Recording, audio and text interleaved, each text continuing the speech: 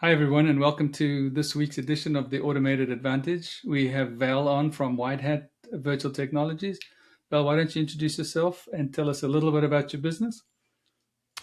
Perfect. Well, Greg's already let the cat out of the bag. Val King, yeah, CEO. White Hat is a 13-year-old managed services provider, IT solutions provider, headquartered out of Austin, Texas.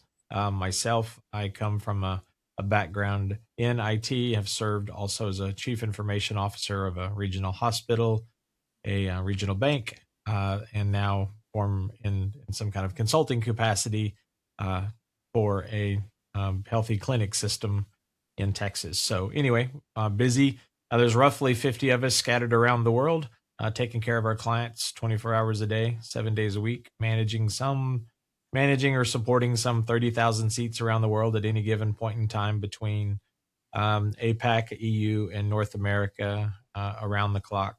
So anyway, very high level. That's us. That's really helpful, and thank you. And so, talking about that, again, people start businesses for lots of different reasons, and I think you made some interesting comments when we were talking earlier. But why do it yourself? Why? What hole did you see in the market? What do you guys do different? What's the okay? I've got to go do this and take better care of people or whatever it is. Well, moments of insanity help, uh, I would say. But I, from my perspective, having been around IT for a long time, I think we've been doing IT wrong for a long time, and I was just smart enough or dumb enough, depending on how you care to look at it, to think maybe we could do it better. I guess the the perspective I have is that uh, the metric that matters is not mean time to repair, first call resolution. It is, what is that end user's experience like? How likely or enabled are they to do their job? I guess, as we would say at White Hat, the last 18 inches between the screen and the eyeballs is the metric that matters. And if we get that one right, then I care less about the ones that are upstream, because if that person's able to be productive.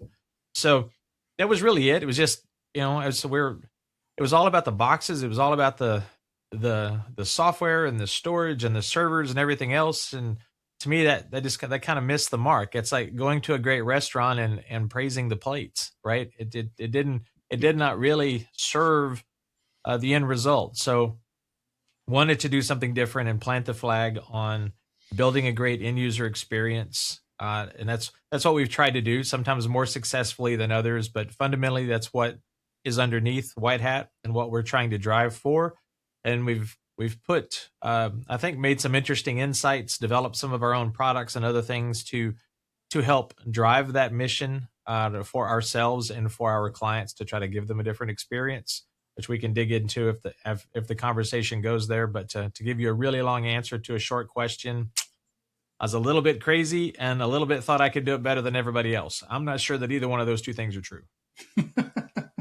You got to have some reason, and it doesn't matter what it is, right? So, And no one said it was a good reason, right? It's just a reason. well, the only thing I'll say to it is 13 years in business, something must be going somewhat right. So we'll leave it at that. Just blind dumb luck. That's pretty much it. People are taking pity on us. Yeah. And do you have any specific technologies you take care of, or is there a niche you go after, or how does that work? We tend to be in more of the regulated side, not on the government side, but healthcare, financial services tend to be more on that end of things. We came When we began, we didn't start as an MSP. We were doing desktop virtualization consulting is what we were doing. We were doing, selling licenses, delivering projects, remediating environments.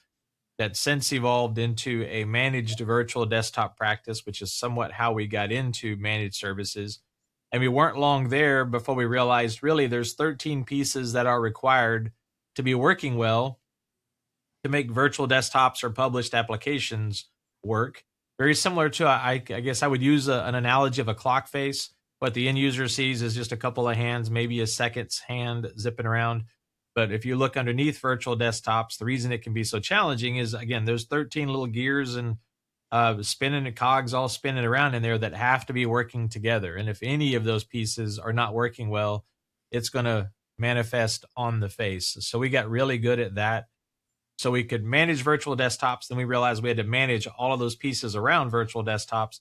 And by the time we got all that built with the right expertise, taking care of our clients, we realized, we're about 90% of the way to an actual MSP. So it makes sense to just go that last 10%, right? So we did. So now we have both of those lines with managed security. We do hosting. We've built some of our own applications over time for governance, risk, and compliance. We've built some tools that automatically identify and fix problems environments for clients, uh, and other applications that help us on the IT side aggregate tasks together in terms of getting you out of the I guess the multitasking mode of, okay, what do I need to do today? Oh, okay, I did that. Okay, then I lose friction to now what do I need to do? Right. So building an application really for ourselves. This isn't for anybody else, that stacks up what are the meetings you need to attend today? What are the to-dos? What are the project tasks? What are the tickets? What is everything you need to do sequenced in order? So all you got to do is not think, execute is really where we're trying to go now to eliminate noise from the process, and keep people from being human shock absorbers, which I'll get into later if that comes back up. Yeah, I'm familiar with the industry and understand that comment.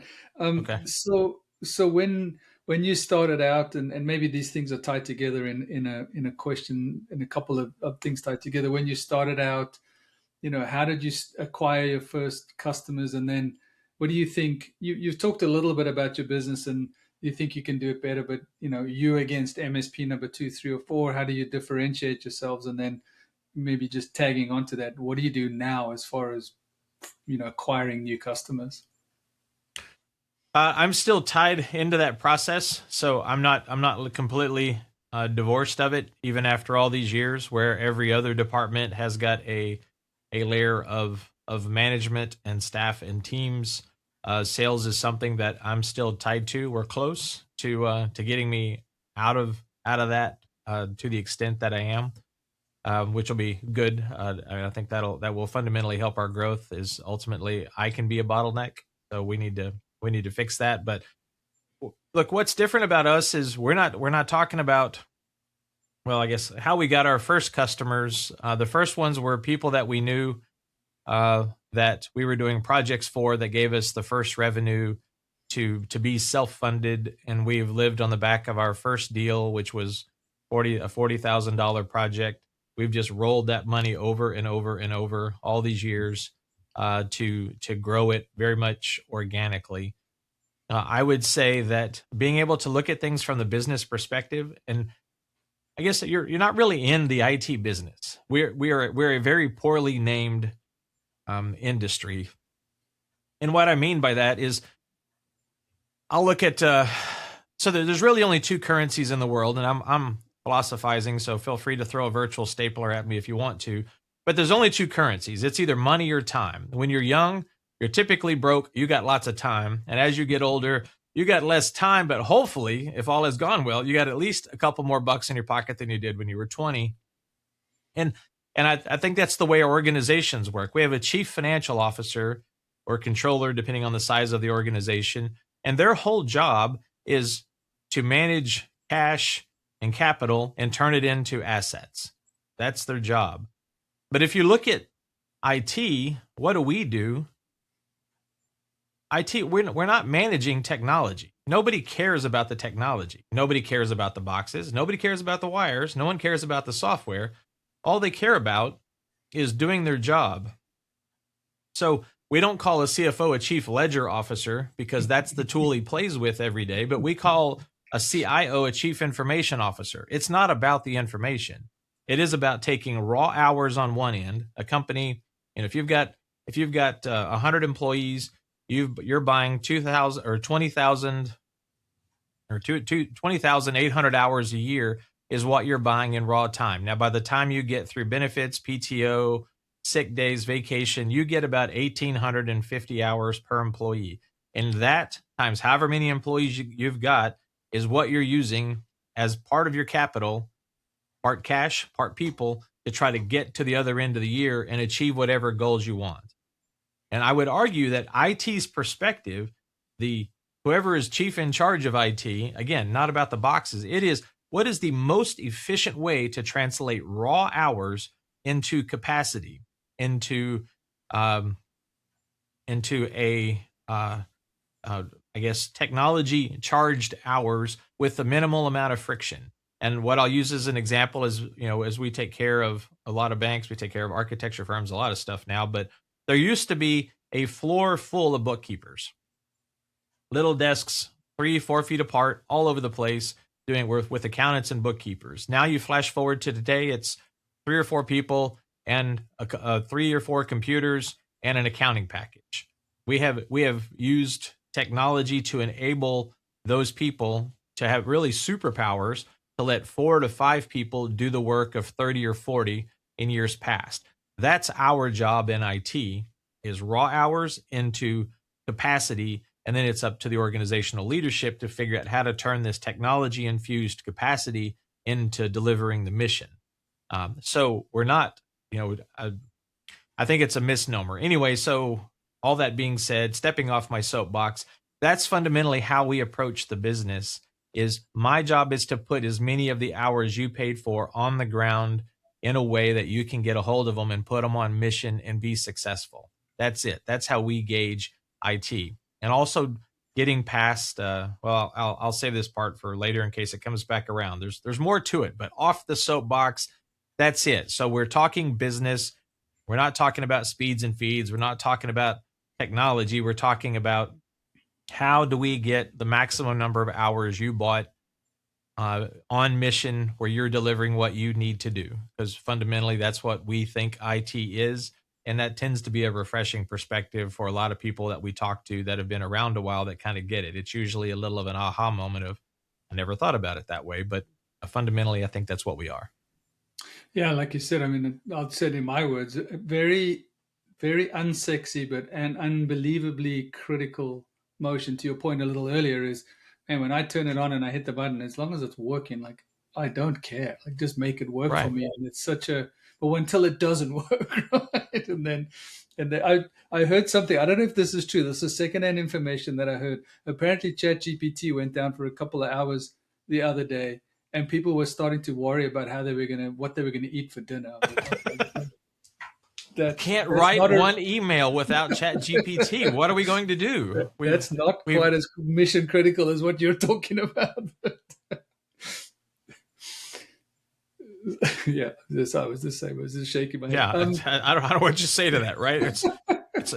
We've already abdicated a piece of our lives to AI, right? I Yeah, think it's going to be around a while. Oh, it's a no, fad. No. If people can't figure out what they're going to do when Chat GPT goes away for a couple hours, that's probably a pretty good. We would say in our business, that's a signal, right? That's telling you something. You can choose to do something with it or not, but that's telling you something. that's exactly right. So maybe that's the next. And I want to come back to maybe let's finish up then. Just like so, word of mouth and all of this. So what are your mechanics now of like acquiring new customers? What are you guys doing to attract new business? We have. I guess like every MSP under the sun, we've got a healthy referral business. We are doing marketing through HubSpot, looking for people that have latent pain. In general, about 25-30% of the organizations out there are theoretically not happy with whatever they've got going on in IT, but it's not to a level that they want to deal with it yet. It's on the priority list, but it's not at the top of the list. And then I've been told, and research would suggest there's give or take 5 or so% actively looking at any given point in time. Right? They've crossed that threshold. They're done. Time to do something else. So we're doing our best with a variety of tools to try to find those people, to either get them to self-identify or be able to spot them that are in that. We're not happy, but we're not ready to do something about it. And we've also built several offerings around that to help get them from wherever they're at to wherever they want to be, as elegantly as possible. Really just taking some time to lay out what's every possible path they could be on to get from wherever they are to being a customer of White Hat. So, uh, Mhm. a very long effort. So that coming into HubSpot, coming into leads for us to follow up on is kind of very systematically spent a lot of time and intent trying to build the machine to try to keep us fed with leads and business so that we're perpetually moving forward and not in a feast or famine role of whatever referrals Mhm. gives you or whatever you find you know, laying around out in the market that you happen to hear about. So Yeah. also put you in a better position to find the customers that you want because there's some that you're just not a good fit for. And if you're in a place where you can't generate that kind of business, then you're tempted to take anything with the pulse that'll talk to you versus those that are you're a good fit for them and they're a good fit for you. Yeah, that's actually a good comment. As a former boss of mine had a statement that sometimes you define more by the deals you walk away from than the ones you actually accept. And I've lived that a lot. And to your point is there are different stages in your career or life or business where it doesn't give you the flexibility, but when you do, you know who you want to work with. Right. Exactly.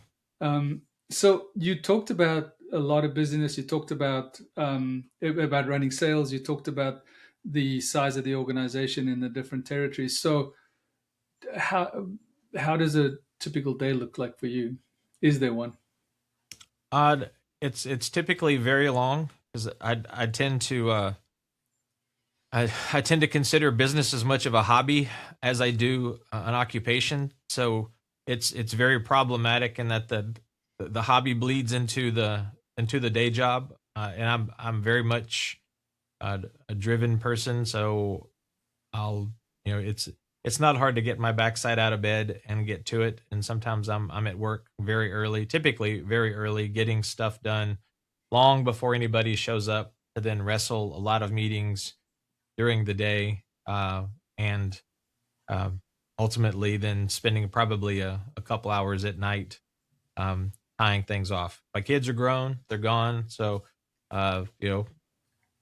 Um, my wife is not enamored with me necessarily. She knows exactly what I look like. She's seen me for 30 years, so that if she doesn't see me for a few hours, we're good. It's going to be okay. So I've got the luxury of time. I don't have small children anymore. I had to have a different philosophy when they were younger. So really, now it's about getting to spend more time during the day and before and after work, getting to work on the business. Again, how we've built sales, how we've built our offer cards. Um, Pretty much, there's hundreds and hundreds of pages of information that we've built that have really matured the organization in terms of how we function. So I would say that's where more of my time is going now is getting less done with personal heroics and more done with process, and getting consistent in what we're doing across the board. Better for ourselves, better for the way we deliver, and better for our customers having a consistent experience. So that's I would say that's where the majority, not the majority, but a as much of a chunk of time as I can put to it, which is usually at least 2 or 3 hours a day, doing that has made an enormous difference over the last 18 months or so. Yeah, and you touched on process and things like that. And I mean, it's a broad question because of the industry you're in, but how has AI evolved? Maybe your business, but then also just what customers are expecting from you is different. The customers' expectations the same? Any feedback on that? No, customers' expectations are what they've always been, unreasonable. No, I say that in full jest. So it's So for us, AI has you got to call your shots, right? It's not it's going to replace everything. It's it really it's taking a step back and understanding. And we take the same approach with our customers, and we do have an AI business intelligence kind of workflow management process. I'm tied very heavily into theory of constraints, um, which is a methodology. We use it. We use critical chain for project management. Anyway, there's a whole array of things, and I'm tied to the board of that organization and a couple other boards. But really give you a physics look on the world. So uh, when you're looking at it that way, then where do you apply AI in our own organization? So for us, our job first and foremost is to eliminate tickets. We're directly financially and aligned with what our customer wants from and structurally, in that they don't want tickets, they don't want issues, we don't want tickets, we don't want issues. So we automate about 65% of the tickets that come in, and AI is a very small piece of that. Automating workflows so we don't have to have humans, you know, take bolt A, put in hole B, right? Executing. If we can automate or create workflows to systematize that, that's where we're calling our shots with AI inside of the organization.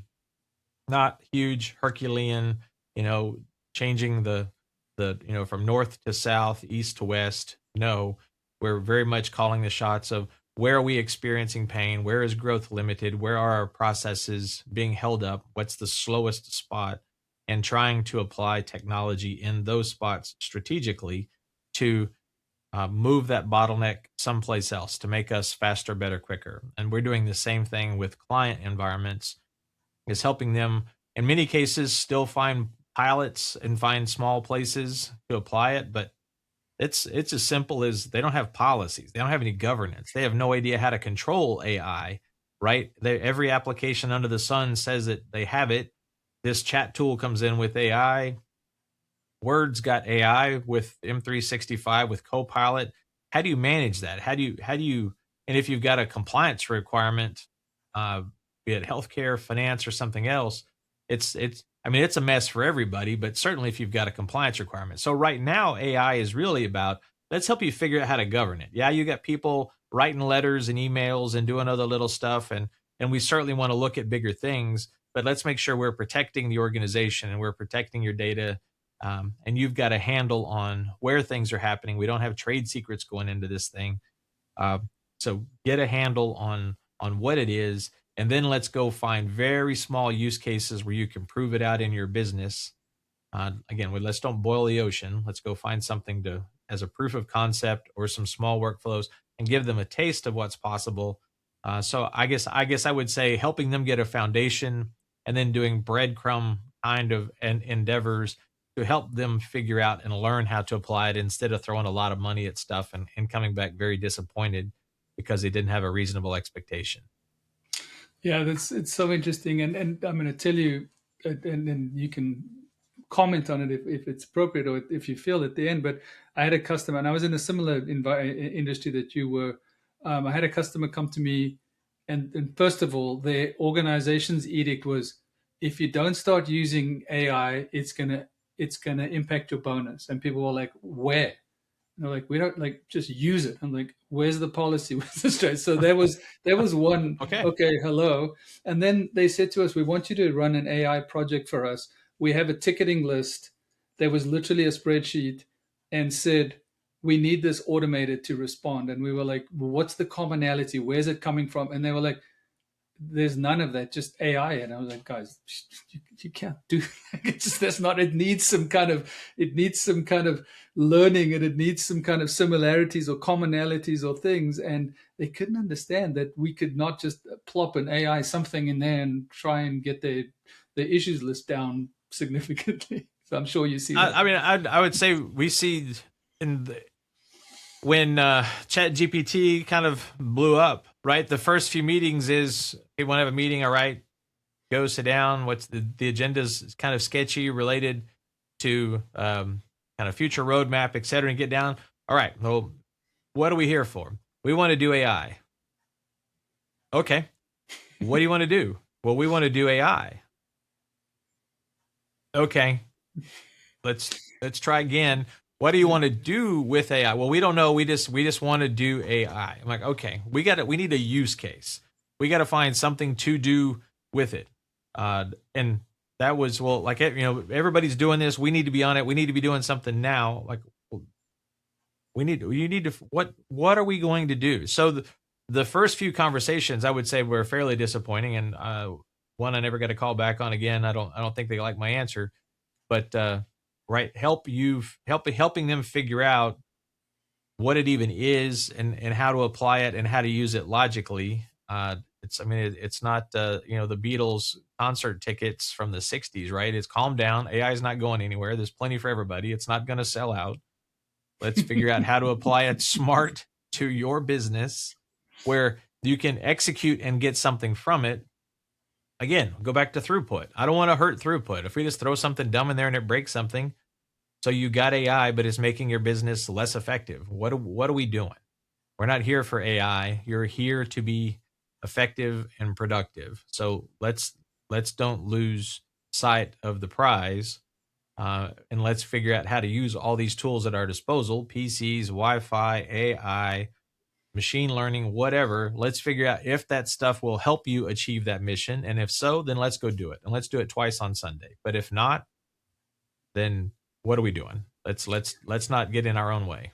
Yeah, and I think, I mean, to me, if anybody asked my opinion, it was, I think there's something to be said about what you said is wrapping that security layer around it. I think people are absolutely missing that. You talked about proprietary information or whatever it is. It's like, we got to be super careful. I mean, I think it's willy nilly right now, and something crazy is going to happen before somebody says, oh my gosh, we got to start governing this a whole lot better. This is my opinion. Yeah, I would like everything, right? It comes out, and then everybody tries it, and then somebody gets their biscuits burned, and then they're the cautionary tale for the rest of us to figure it out, and eventually it'll regulate itself, and we'll figure out. Business associate agreements for HIPAA when it came out, because Microsoft, Google didn't want to play; they weren't going to back you up. But okay, if you want to sell into healthcare, you've got to. Okay, but the controls showed up, and the frameworks were set so you could at least occupy the space somewhat safely. And I mean, it's right. It's a little cowboy town right now, but it look incredible cosmic power in terms of what it can do. But I'd say just breathe, and let's make some smart decisions and get on down the road. And that's been very successful for us so far, both internally and externally. And I mean, everybody in our company, with the exception of some of the admin staff, what few there are of the admin side, everybody's got practical experience or has some kind of ownership in an account. So if we're talking about it, by and large, we're doing it ourselves, or we're either doing this for somebody else or doing this for ourselves. So we try to come at everything from a place of we're already doing this. I mean, there's individual applications and industries that we're not going to touch in our business, but anyway, that's how we try to frame the conversation: is less consultant and more, hey, I've already stepped in those bear traps. I mean, that's why I don't wear shorts anymore. You see the scars, right? So I've already done this, so let's avoid what we did, or what we saw here, or what we've seen, experienced, or this dumpster fire we put out 6 months ago, and try to bring that wisdom to help people get a little further down the road more safely.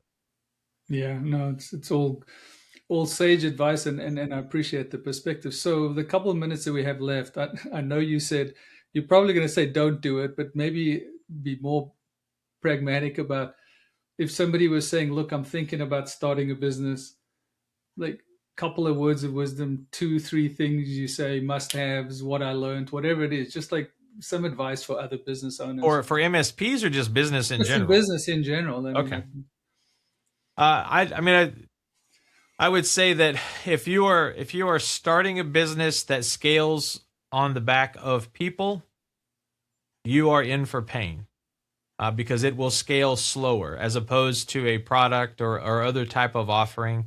And that's not necessarily bad. It's just saying that it takes, if your scaling is limited by not how many pieces of software I can sell and how much I can scale, I've got to scale on the back of human capability.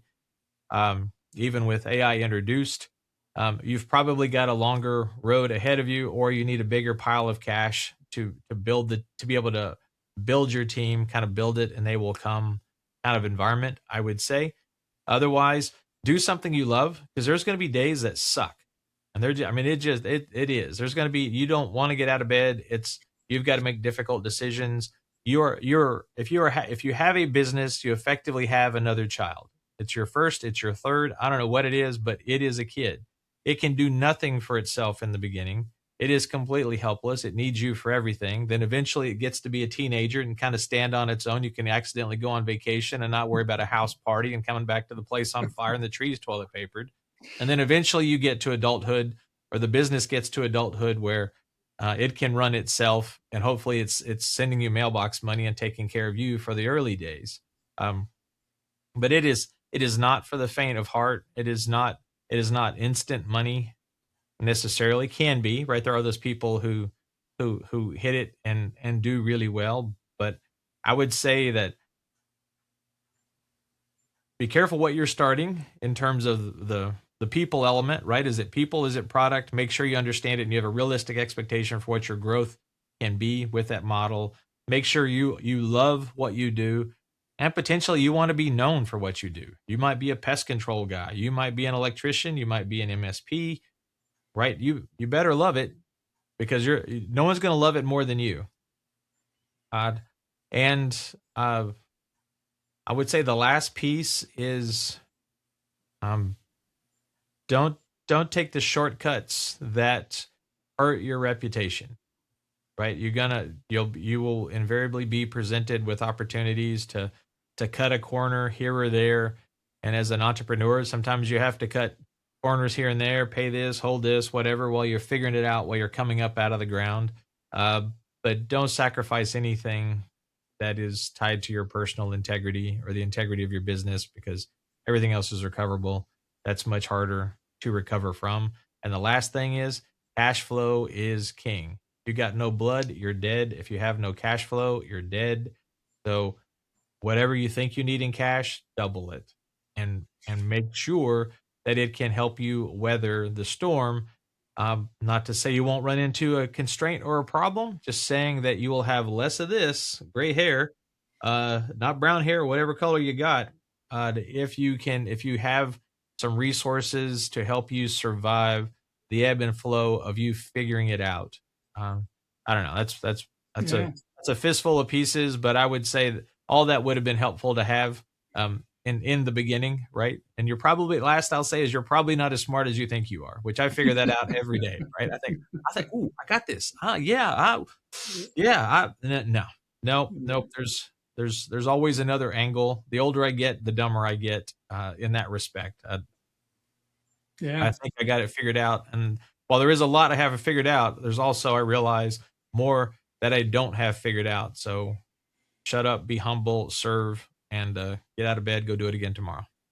Yeah, it's interesting what you said. It's a very common theme that I've had with people. So for anybody listening to this, it's, whatever you think your first check is coming in, double it. The cash flow thing is a strong, consistent thing.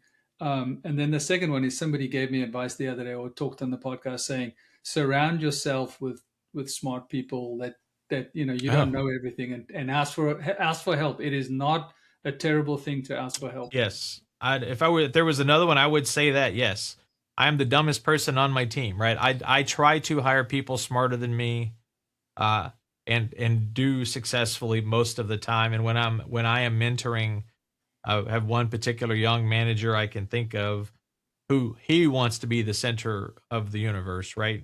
Doesn't have kids, right? He hasn't been indoctrinated to the world of realizing that you are not the center of the universe anymore, that your parents told you you were, that kids or other aspects of life later show you. So he still wants to have center stage.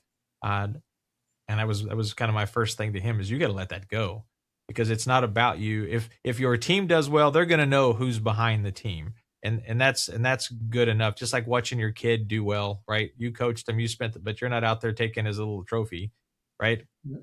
You're right. That is critical advice. Hire people smarter than you for their expertise. I mean, I went to college with the accounting types. I sat 12 feet away from them, realizing I didn't want to be one. I was just going to hire them when I needed them. Right? Just get me through accounting. We're fine. I don't want to do that. But I digress. But yes, I think No, that's phenomenal advice. If you're the smartest person on your team, you got a bad team. yeah, and it's a great way to end. So tell us again, website, LinkedIn, where can we find you? Sure. Whitehatvirtual.com. White Hat, all one word, virtual. White Hat Virtual Technologies. So you can find us on just about anywhere. If you put in White Hat Virtual, it'll direct you to a sea of things. We are here. We take care of largely from a managed services perspective. We have accounts kind of coast to coast. We tend to stay more in our orbit of Texas as far as managed services, managed virtual desktops. We manage virtual desktops in 72 countries around the world. So needless to say, we don't have to have a presence. And that can be Azure, that can be Citrix, Horizon, doesn't matter. But yeah, and fundamentally, we're here to make your life better. And if we're not, then we'll happily shut up and go away. Because I guess my last quote would be, I can as a business owner, right? I can screw up all by myself. I don't need a vendor's help. And so we try that in reverse for everybody else, right? We're here to make life better. If we're not, then what are we doing? We need to get out of the way and let you get back to it. I love it. Great way to end. I appreciate the time, and thank you once again. Sure. I've enjoyed it. Thank you, sir. Thanks, Greg.